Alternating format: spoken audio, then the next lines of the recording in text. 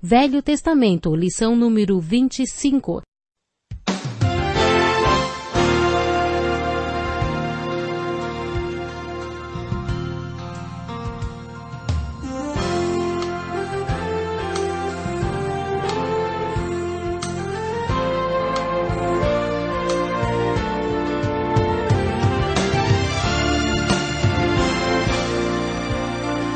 Muitas pessoas têm tido seus sonhos destruídos pela falta de confiança absoluta em Deus. A Bíblia está repleta de exemplos de grandes sonhos cumpridos para a glória de Deus. Encontro com a Palavra é um programa escrito pelo Dr. Dick Woodward e narrado por Pastor Edson Bruno. Ouça e descubra verdades que lhe ajudarão no seu dia a dia. Com você, Pastor Edson Bruno.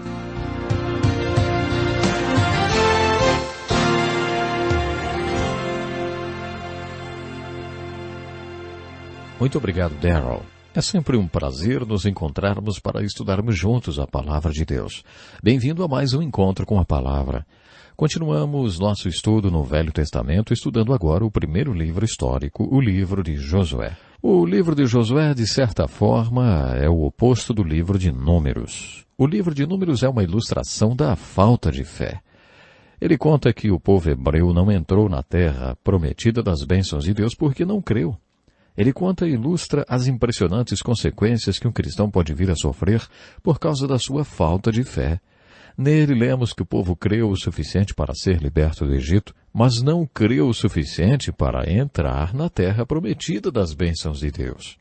Isso ilustra a vida de muitos cristãos hoje, que creem o suficiente para serem salvos de seus pecados do Egito espiritual, mas não possuem o tipo de fé que os faz atravessar o Rio Jordão e entrar na terra de Canaã, reivindicar e receber todas as bênçãos que Deus tem para eles. O tema ou a mensagem devocional do livro de Josué é: tome posse de sua herança espiritual. O autor do livro é Josué. E claro, ele também foi o assistente ou o sucessor de um grande homem de Deus, chamado Moisés. Moisés treinou muito bem o seu sucessor e foi por isso que o povo teve tantas vitórias sob a liderança de Josué. Além de treinar Josué muito bem, Moisés também reproduziu características suas no treinamento que deu a Josué, transmitindo para ele toda a sua experiência. Essa didática ocorreu várias vezes nas Escrituras. Elias treinou Eliseu e Jeremias, entre os profetas, teve seus assistentes. Quando chegamos no Novo Testamento, vemos Jesus nomeando 12 discípulos, os quais ele treinou e a quem transmitiu toda a sua experiência.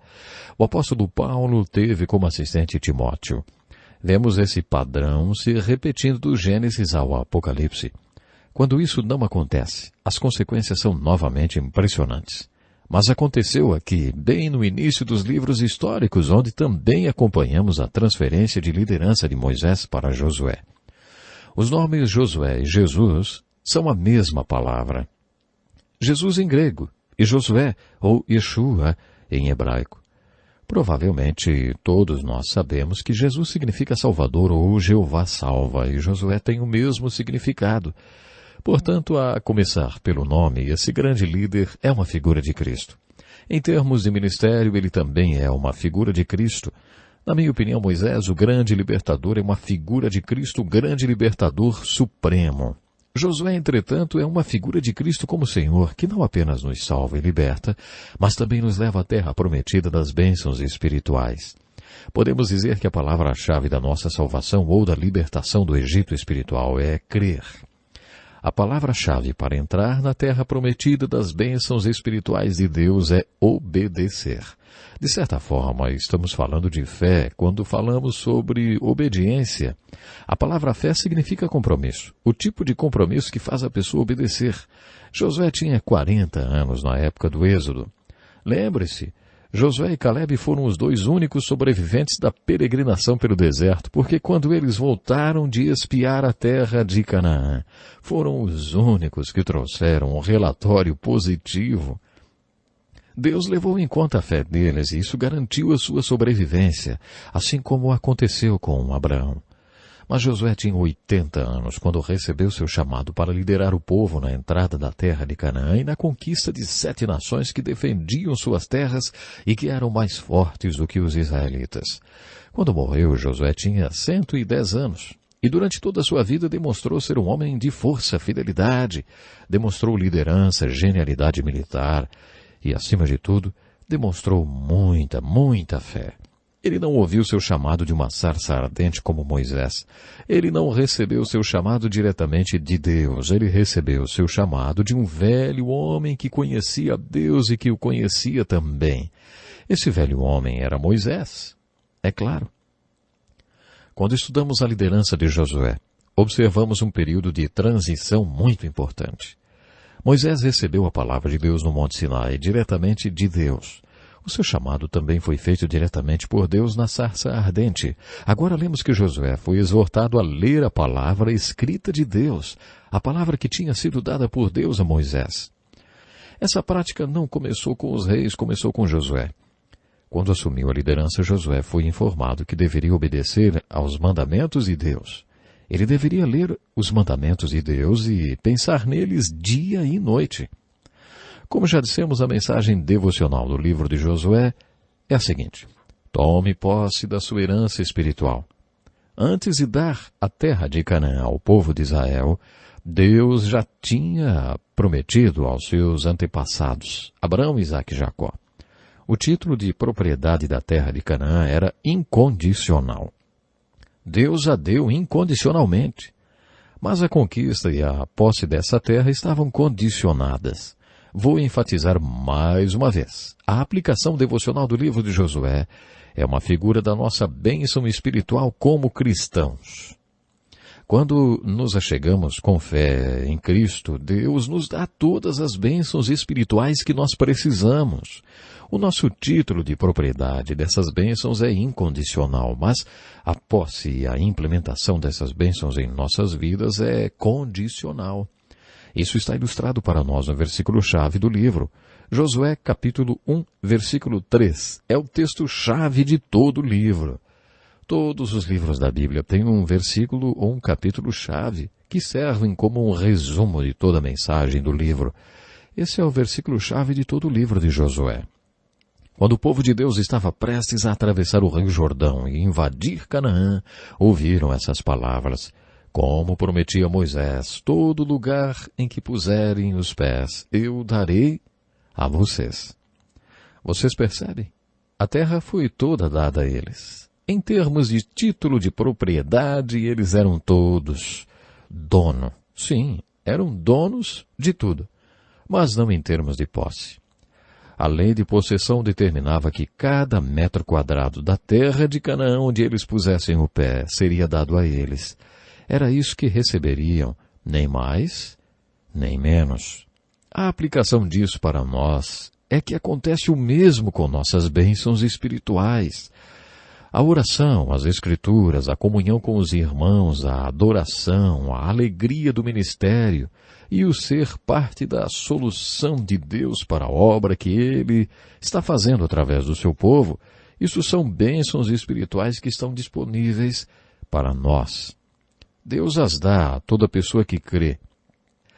Muitas pessoas acham que o conteúdo do livro de Josué está mais relacionado com os 5 primeiros livros da Bíblia e que, portanto, deveria ser estudado como um deles. Os 5 primeiros livros da Bíblia são chamados de o Pentateuco, porque eles são 5 livros da lei. As pessoas acham que os livros da lei têm muito mais a ver com a entrada do povo na terra prometida e como o livro de Josué leva o povo para dentro da terra prometida. O conteúdo do livro pertence ao Pentateuco, mas nós descobrimos mais uma linda alegoria da salvação. Em Gênesis você tem as sementes ou a fonte da salvação. Em Êxodo você tem a libertação da pena ou do poder do pecado através do sangue do Cordeiro Pascal e do poder do Deus que faz milagres. Levítico ilustra o propósito imediato desse tipo de salvação, que é adorar ao Deus que salvou e libertou você. Deuteronômio é repleto de ilustrações que nos encorajam a atravessar o Rio Jordão e entrar na Terra Prometida. Quando você chega na Terra Prometida, Tem que tomar posse da sua herança espiritual e viver cada uma das bênçãos que Deus planejou para a sua vida. O livro de Números é aquela impressionante ilustração negativa de uma geração inteira do povo de Deus que não fez nada disso. Nesse livro temos a morte de uma geração inteira que não creu.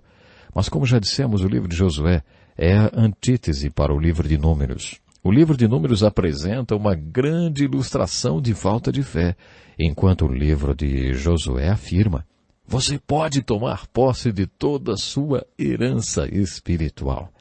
Isso não é maravilhoso? Quando lemos o livro de Josué, aprendemos que podemos conquistar tudo pela fé. Você pode entrar na terra prometida das bênçãos de Deus e viver tudo que Deus planejou para você como cristão. Quando você chega ao livro de Efésios, compreende mais profundamente o que isso significa. Por exemplo, o versículo-chave do livro de Efésios também é versículo 3 do primeiro capítulo. É fácil lembrar dessas duas referências. Josué 1 e 3 é o versículo-chave de Josué. E Efésios 1 e 3 é o versículo-chave de Efésios. Efésios 1 e 3 diz assim: bendito seja Deus e Pai de nosso Senhor Jesus Cristo, que nos abençoou com todas as bênçãos espirituais nas regiões celestiais em Cristo. É um versículo muito bonito e nos ensina várias coisas. Nos ensina, por exemplo, a figura da terra prometida. No Novo Testamento, a terra prometida é o lugar celestial. O apóstolo Pedro usa as seguintes palavras para falar a mesma coisa sobre a terra prometida e a vida nos lugares celestiais em Cristo. Ele disse assim: seu divino poder nos deu tudo o que necessitamos para a vida e para a piedade, por meio do pleno conhecimento daquele que nos chamou para a sua própria glória e virtude. Em 2 Pedro, capítulo 1, verso 3, parece que todos os versículos que estamos estudando têm a mesma referência. Já notou isso? Bom, Pedro fala sobre o divino poder que nos foi dado. Note bem, isso é um fato. Deus já nos deu tudo o que necessitamos para a vida e para a piedade. Isso quer dizer, tudo aquilo que precisamos para viver uma vida santa, Deus já nos deu por meio do pleno conhecimento daquele que nos chamou para a sua própria glória e virtude. A mesma verdade ensinada novamente. Deus nos deu tudo o que precisamos para vivermos juntos uma vida santa. Você precisa conhecer e se relacionar com Deus. Você precisa conquistar o necessário para viver uma vida santa. Vamos enfatizar mais uma vez. Deus já nos deu tudo o que precisamos. O apóstolo Tiago, em sua carta, diz assim: não tem por que não pedem. Não tem por que não pedem. Se é verdade que Deus já nos deu todas as bênçãos espirituais, que já nos deu a terra de Canaã espiritual sem por qualquer condição, e que somos donos de todas as coisas e temos o título de propriedade de tudo, por que então não temos mais bênçãos espirituais em nossa vida? Tiago diz que é porque nós não pedimos.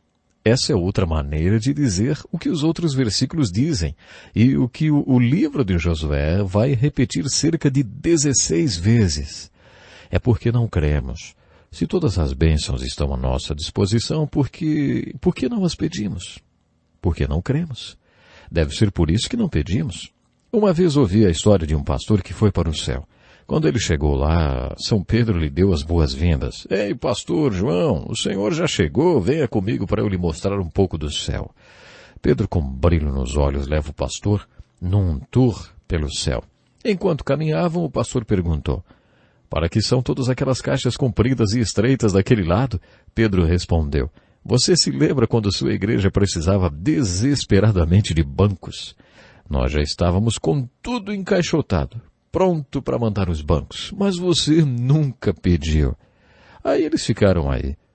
Depois de caminhar mais um pouco, passaram por uma enorme caixa.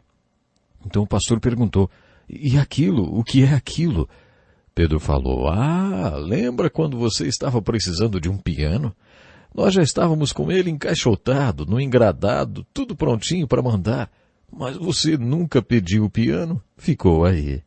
E o tour continuou. Não temos porque não pedimos. Pedro disse que temos tudo. Por que então não tomamos posse do que é nosso? Aparentemente porque não compreendemos que há uma ponte ligando tudo que Deus nos deu à nossa capacidade de reivindicar, de apropriar-se, de implementar e de aplicar. Isso é uma razão porque Deus nos deu o livro de Josué. No livro de Josué encontramos 6 ilustrações sobre fé. Lá no livro de Gênesis, quando Deus quis que soubéssemos mais sobre fé, Ele nos deu 10 ou 12 capítulos que falam sobre Abraão. Deus considera esse assunto tão importante para nós que achou que deveríamos conhecer mais sobre Abraão. Deus nos deu mais capítulos que falam sobre Abraão do que capítulos que falam sobre a história do universo e da terra, sobre o homem e a mulher e sobre toda a história da civilização.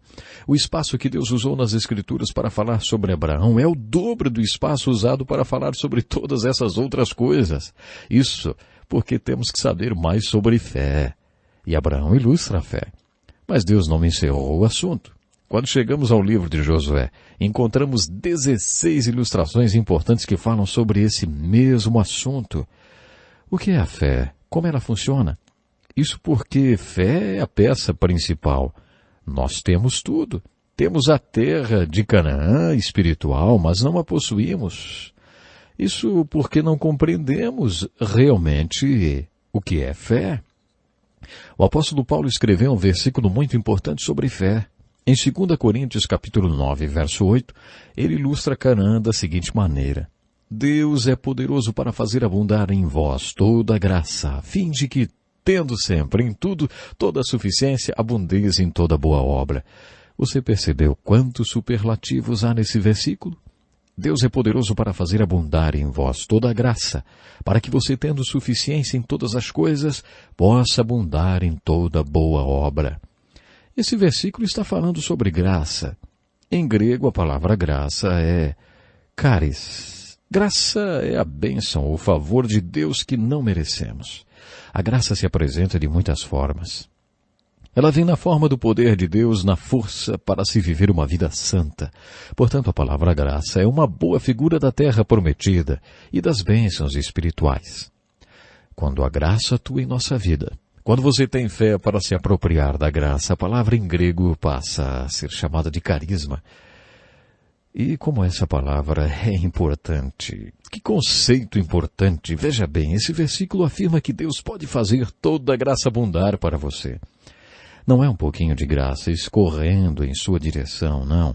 Deus é poderoso para fazer abundar em vós toda a graça, a fim de que, tendo sempre em tudo toda a suficiência, abundeis em toda boa obra. Todo carisma, toda graça, toda suficiência, todas as coisas sempre em todos nós. É isso que Paulo está dizendo. Agora, se isso é verdade, por que não abundamos sempre em toda boa obra e não encontramos sempre a ampla suficiência para todas as coisas? Uma vez fui almoçar com um amigo e quando perguntei, como é que vai? Tudo bem com você? Ele respondeu como sempre responde, tudo ótimo, tudo maravilhoso. Eu já estava meio cansado daquela resposta que ele sempre dava. Era segunda-feira e o seu fim de semana não tinha sido muito bom, não. E nem eu estava me sentindo ótimo e maravilhoso. Então eu disse para ele, se você não tivesse se sentindo ótimo e maravilhoso, como é que você responderia a minha pergunta? Aí ele respondeu, eu mentiria para você. E eu disse, então me diga como você está de verdade. Aí começamos a conversar abertamente. Você já teve um daqueles dias em que não se sente dono de nenhuma daquelas bênçãos espirituais? Se Deus nos faz abundar em toda graça para que tenhamos plena suficiência em todo o tempo, por que temos dias ruins? Há várias respostas para essa pergunta. Conheço uma história que ilustra bem o que quero dizer. Um homem rico ia passar suas férias de verão numa ilha turística e mandou seu carro esportivo de navio antes de viajar. Quando chegou lá, ele ficou decepcionado ao descobrir que a velocidade máxima permitida em toda a ilha era de 30 km por hora e que todos só andavam de ciclomotores, umas mobiletes. Sempre que saía com seu carro de motor super potente, esporte e tal, acabava atrás de uma mobilete ou de uma velha lambreta lenta e caindo aos pedaços. E lá atrás estava ele com seu carro esportivo.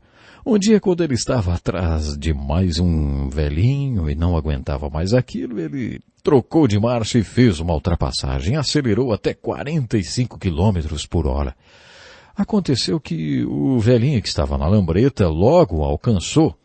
Automaticamente, ele acelerou para 55 quilômetros por hora. E o velhinho colou na sua traseira outra vez. Então acelerou até 65 quilômetros por hora. E outra vez o velhinho com a lambreta veio atrás dele. Quando ele percebeu o que estava acontecendo, parou no acostamento. O velhinho parou atrás. Ele saiu do carro e foi falar com o velhinho. Puxa vida, que tipo de motor que o senhor colocou na sua lambreta, hein? O velhinho falou, não é motor, não senhor. Foi o meu suspensório que ficou preso no seu para-choque.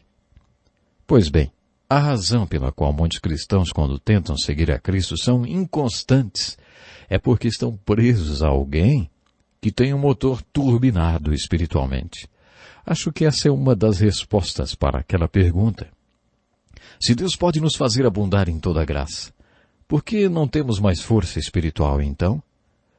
Uma vez perguntei a uma freira o que ela achava do movimento carismático na Igreja Católica. Ela me disse que quando esse movimento começou, ela teve algumas dúvidas e foi conversar com seu bispo e perguntou a ele, Bispo, os carismáticos vão para o céu? O bispo respondeu, se eles não passarem direto. Quando pensamos em carisma, muitas coisas vêm à nossa mente. No livro de Josué existe uma terra que, em termos geográficos, são literais. Esta terra é a terra de Canaã. O povo de Deus teve que entrar nela, conquistar uma cidade de cada vez, derrotar uma nação por vez. Mas a aplicação devocional do livro de Josué, que é o que nos interessa, não tem a ver com uma terra geograficamente falando. Tem a ver com o carisma. Tem a ver com graça. Você acredita que Deus pode fazer você superabundar em toda a graça? Não estamos falando do Billy Graham ou do seu pastor. Estamos falando de você. Você superabundar em graça para não, de vez em quando, mas sempre encontrar em Deus e na sua graça a suficiência para fazer aquilo para o que Ele o chamou. Não fraquejando, mas superabundando em tudo para viver o que Ele planejou para você. A terra de Canaã ilustra o propósito de salvação para o povo de Israel e sua libertação do Egito, que é a salvação. Canaã é a figura do propósito da salvação deles. Segundo o apóstolo Paulo, Deus nos salvou pela graça, mediante a fé. De acordo com Paulo, essa salvação não vem de nós mesmos, é um presente de Deus e precisamos viver esse presente, essa graça. Infelizmente eu tenho que parar por aqui, mas no próximo programa vou continuar a falar um pouco mais sobre os grandes ensinos do livro de Josué. Leia o livro de Josué, esteja na palavra, pois quando o povo de Deus entra na palavra, e a palavra de Deus entra no povo de Deus, coisas maravilhosas acontecem. Programe-se então para estarmos juntos aí outra vez no próximo encontro com a palavra. Até lá. Que lição importantíssima. Obrigado, pastor Edson Bruno. Prezado ouvinte, coloque em prática o que você ouviu aqui. Sem dúvida, sua